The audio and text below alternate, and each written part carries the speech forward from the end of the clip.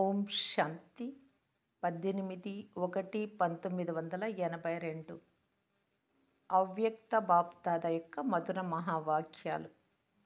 18 జనవరి బాధ్యత కిరీటధారులకు అయ్యే రోజు. ఈరోజు ప్రపంచం యొక్క జ్యోతి తమ నయనాలలోని రత్నాలను కలుసుకునేందుకు వచ్చారు. చాలా కాలం తర్వాత కలిసిన ప్రియమైన పిల్లలు, బాబా యొక్క నయనాలలోని తారలు. ఏ విధంగా శరీరంలోని కళ్ళల్లో ప్రకాశం లేకపోతే ప్రపంచమే లేదో, అలాగే విశ్వంలో ఆత్మిక ప్రకాశమైన మీరు లేకపోతే విశ్వంలో ప్రకాశం వెలుగే లేదు, అంత అంధకారమే. కావున మీరందరూ బాప్దాద యొక్క నయనాలలోని ప్రకాశం. స్నేహం యొక్క గీతాలు అమృత వేళ నుండి వతనంలో వినిపిస్తూ ఉన్నాయి. పిల్లల ప్రతి ఒక్కరి పాటను ఒకరికన్నా ఒకరిది చాలా ప్రియమైనటువంటిది విన్నారు బాబా. మధురాతి మధురమైన ఆత్మిక సంభాషణను కూడా ఎంతో విన్నారు. పిల్లల ప్రేమ యొక్క ముత్యాల మాలలు బాప్దాద కంఠంలో అలంకరింపబడ్డాయి. ఇటువంటి ముత్యాల యొక్క మాలలు కూడా బాప్దాద కంఠంలో మొత్తము కల్పంలో ఇప్పుడే వేయబడతాయి.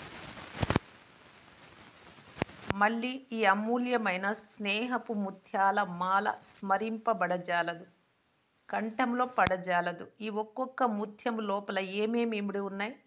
ప్రతి ఒక్క ముత్యంలోనూ నా బాబా, ఓహో బాబా అన్నదే ఉంది. ఎన్ని మాలలు ఉన్నాయో చెప్పండి. ఆ మాలల ద్వారా బాప్దాద ఎంత అలౌకికంగా అలంకరింపబడి ఉంటారు. స్నేహానికి గుర్తుగా స్థూలంగా మాలలను అలంకరించారు. ఇక్కడ స్థూల అలంకరణ ద్వారా అలంకరించారు, కానీ వతనంలో అమృత వేళ నుండే బాప్దాద పిల్లలను అలంకరించడం ప్రారంభించారు. ఒకదానిపై ఇంకొక మాల బాబాను కూడా పిల్లలు ఇలా అలంకరిస్తూ ఉన్నారు. అలా బాప్దాదాకు అతి సుందరమైన అలంకరణగా అయిపోయింది. మీరు కూడా ఆ చిత్రాన్ని చూస్తున్నారు కదా. ఈరోజు ఇది విశేషంగా పిల్లలందరి యొక్క పట్టాభిషేక దినం.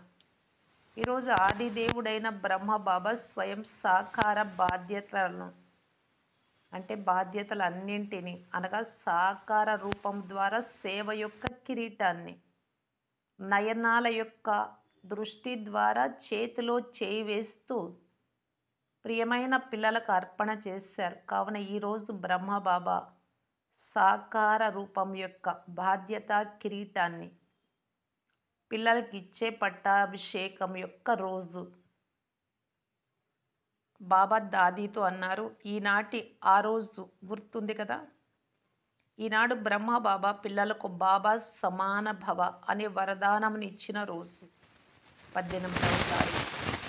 బ్రహ్మ బాబా యొక్క సంకల్పం యొక్క మాటలను లేక నయనాల యొక్క భాషను విన్నారా? అది ఏమిటి? పిల్లలు సదా బాబా సహయోగం యొక్క విధి ద్వారా వృద్ధిని పొందుతూ ఉండండి, బాబా నుండి సహాయం తీసుకుంటూ అనే నయనాల యొక్క ప్రేరణ భాషలో చెప్పారు. ఇవే అంతిమ పలుకులు, వరదాని వాక్యాలను ప్రత్యక్ష ఫలం యొక్క రూపంలో చూస్తున్నారు. బ్రహ్మ బాబా యొక్క అంతిమ వరదానమునకు మీరందరూ సాకార స్వరూపం. మీరు వరదానం యొక్క బీజం నుండి వెలువడిన వెరైటీ ఫలాలు. ఈరోజు శివబాబా బ్రహ్మకు వరదానాల యొక్క బీజం ద్వారా వెలువడిన సుందరమైన విశాల వృక్షంను చూపిస్తున్నారు. సైన్స్ యొక్క సాధనాల ద్వారా ఒక్క వృక్షం నుండి వెరైటీ ఫలాలు వెలువడాలి అని ఎంతగానో ప్రయత్నిస్తున్నారు, కానీ బ్రహ్మ బాబా వరదానం యొక్క వృక్షం సహజ యోగం యొక్క పాలన ద్వారా పాలింపబడే వృక్షం ఎంత విచిత్రమైనది మరియు మనస్సుకు సంతోషాన్ని కలిగించే వృక్షం.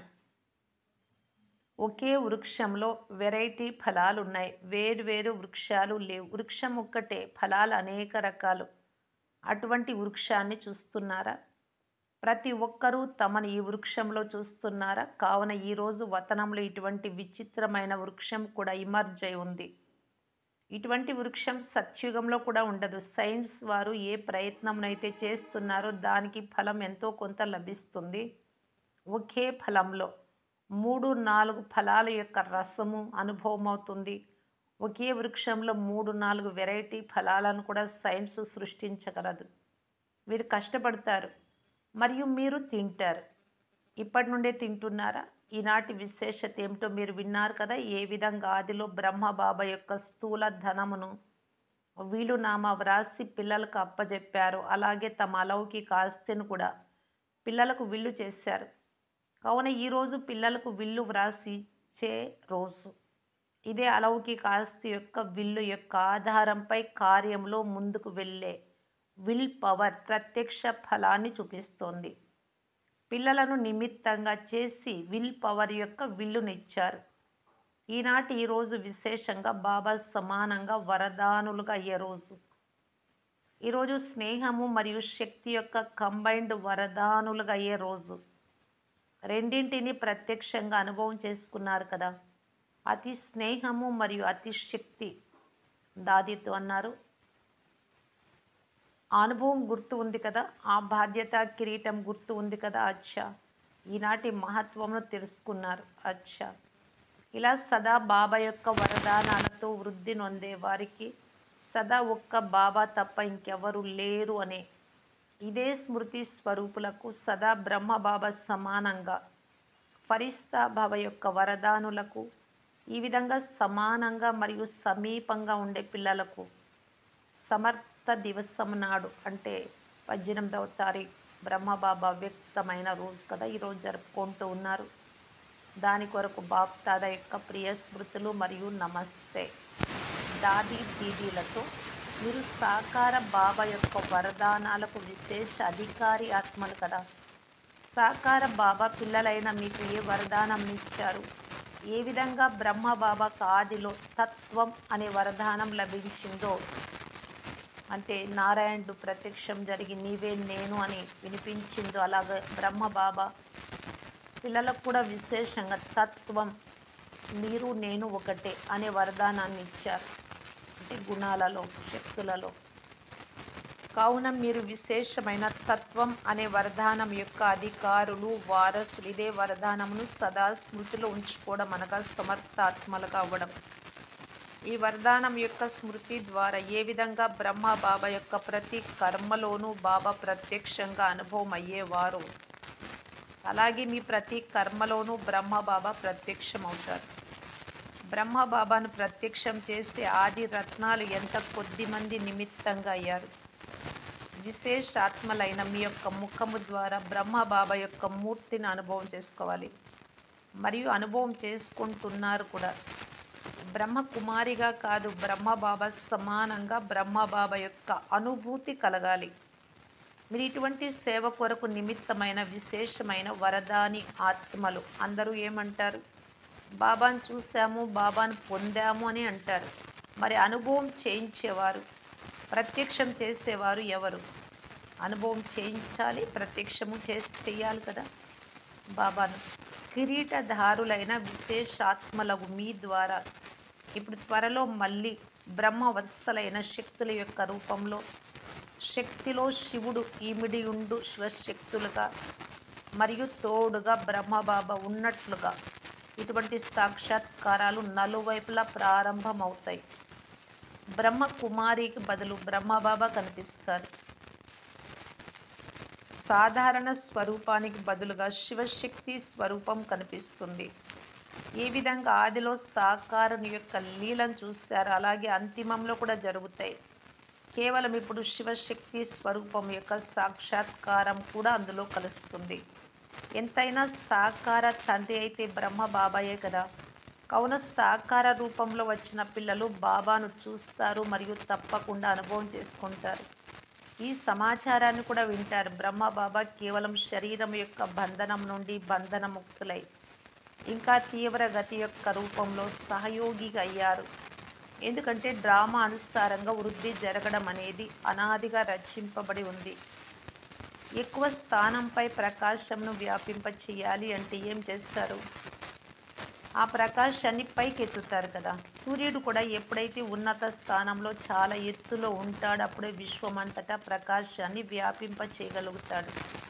కావున సాకార సృష్టికి శక్తిని ఇచ్చేందుకు బ్రహ్మ బాబా కూడా పైన వతనంలో ఉన్నత స్థానం యొక్క నివాసిగా అయ్యాడు. ఇప్పుడైతే క్షణంలో ఎక్కడ కావాలనుకుంటే అక్కడ కార్యం అక్కడి నుండే చేయగలరు మరియు చేయించగలరు. ముఖము ద్వారా లేక పత్రాల ద్వారా ఇంతటి కార్యాన్ని ఇక్కడ ఉండి ఎలా చేయగలరు? కావున తీవ్ర విధి ద్వారా పిల్లల యొక్క సహయోగిగా ఈ కార్యమును చేస్తున్నారు. అన్నింటికన్నా తీవ్ర గతి యొక్క సేవా సాధనం సంకల్ప శక్తియే. కావున బ్రహ్మబాబా శ్రేష్ఠ సంకల్పం యొక్క వృద్ధి ద్వారా విధిలో సదా సహయోగిగా ఉన్నారు. కావున వృద్ధి యొక్క గతి కూడా తీవ్రమవుతోంది కదా. విధి తీవ్రంగా ఉంటే వృద్ధి కూడా తీవ్రంగా ఉంటుంది. తోటను చూసి మీ తోటను హర్షిస్తారు కదా. అచ్చా, సాకార బాబా యొక్క లౌకిక పరివారం కుమారుడు కోడలు ఇద్దరితో బాబా మాట్లాడుతూ ఉన్నారు. అన్ని కార్యాలు సరిగ్గా కొనసాగుతున్నాయా? ఇంకెప్పుడు ఇటువైపుకు జంప్ చేస్తావు? కుమారుడితో అన్నారు శివబాబా. ఇంతటి వృద్ధిని చూసి సహజ విధి అనుభవంలోకి రావడం లేదా? ఏమి ఆలోచిస్తున్నావు? ఇది కేవలం సంకల్పాల యొక్క విషయమే కదా. ఇంకా ఏమైనా చేసేది ఉందా? సంకల్పం చేయగానే అది జరుగుతుంది. ఈ విదేశీయులు కూడా ఎంత దూరాల నుండి వచ్చి చేరుకున్నారు. దేని ఆధారంపై వెళ్ళి తీరాల్సిందే, చేయాల్సిందే అన్న సంకల్పం చేశారు. కావున చేరుకున్నారు కదా. కావున దూరం నుండి కూడా దృఢ సంకల్పం యొక్క ఆధారంపై అధికారులుగా అయిపోయారు. మీరైతే బాల్యం నుండే అధికారులు. ఎందుకంటే బ్రహ్మబాబాకు సంతానము సమీపంగా ఉన్నారు కనుక. బాల్యం గుర్తు ఉందా? మరేమవుతారు? చూస్తూనే ఉంటారా? లేక పైకి ఎగిరే కళ యొక్క ఆధారంపై బాబా సమానంగా ఫరిస్తాగా అవుతారా? నీవు చూస్తూనే ఉన్నావు, కానీ అలా ఎప్పటి వరకు చూస్తావు? ఎప్పటి వరకు ఆలోచించాలి? బాప్ దాదా అదే స్నేహం యొక్క రెక్కలతో పిల్లలను ఎగిరింప చేయాలనుకుంటారు, కానీ ఆ రెక్కలపై కూర్చునేందుకు కూడా ఏం చేయాలి? డబల్ లైట్గా అయితే అవ్వాల్సి ఉంటుంది కదా. అన్నీ చేస్తూ కూడా డబల్ లైట్గా అవ్వవచ్చు. ఒకటి ఆత్మ లైట్ రూపం గుర్తు ఉండాలి, రెండవది తేలికగా ఉండాలి. ఆత్మ లైట్ అంటేనే తేలిక. ఇది కేవలం కల్పన యొక్క ఆట మాత్రమే, అంతా క్షణం యొక్క ఆట. మరి ఒక్క క్షణం యొక్క ఆట రాదా? బ్రహ్మబాబా ఏం చేశారు? క్షణంలో ఆటనాడారు కదా. ఎప్పుడైతే ఇరువురు ఒకరికొకరు సహయోగులుగా అవుతారో, మీరిద్దరు అంటే నారాయణ దాదా, బ్రహ్మబాబా కుమారుడు కోడలు, మీరిద్దరూ ఒకరికొకరు సహయోగులుగా ఎప్పుడు అవుతారో అప్పుడు చేయగలుగుతారు. ఒకే చక్రం కూడా నడవజాలదు, 2 చక్రాలు కావాలి. ఎంతైనా బాప్ దాదా ఇంటికైతే వస్తున్నారు, ఇక్కడికి మధుబన్కి. బాప్ దాదా సదా పిల్లలను పైనే ఉంచుతారు. ఉన్నతుడైన తండ్రి పిల్లలను కూడా ఉన్నతంగానే చూడాలనుకుంటారు. ఇది ఒక నియమం కదా. పిల్లల్ని ఎప్పుడు తండ్రి పైన ఉంచాలి అనుకోవడం. ఇప్పుడు పిల్లలు ఎక్కడ సీట్ తీసుకుంటారు అన్నది మీ చేతులలో ఉంది. అవసరమైతే బాగా ఆలోచించుకో. ఇది ఒక క్షణం యొక్క విషయం మాత్రమే. ఒక్క క్షణంలోనే ఈ వ్యాపారం చేస్తారు. అచ్చా, ఓం శాంతి.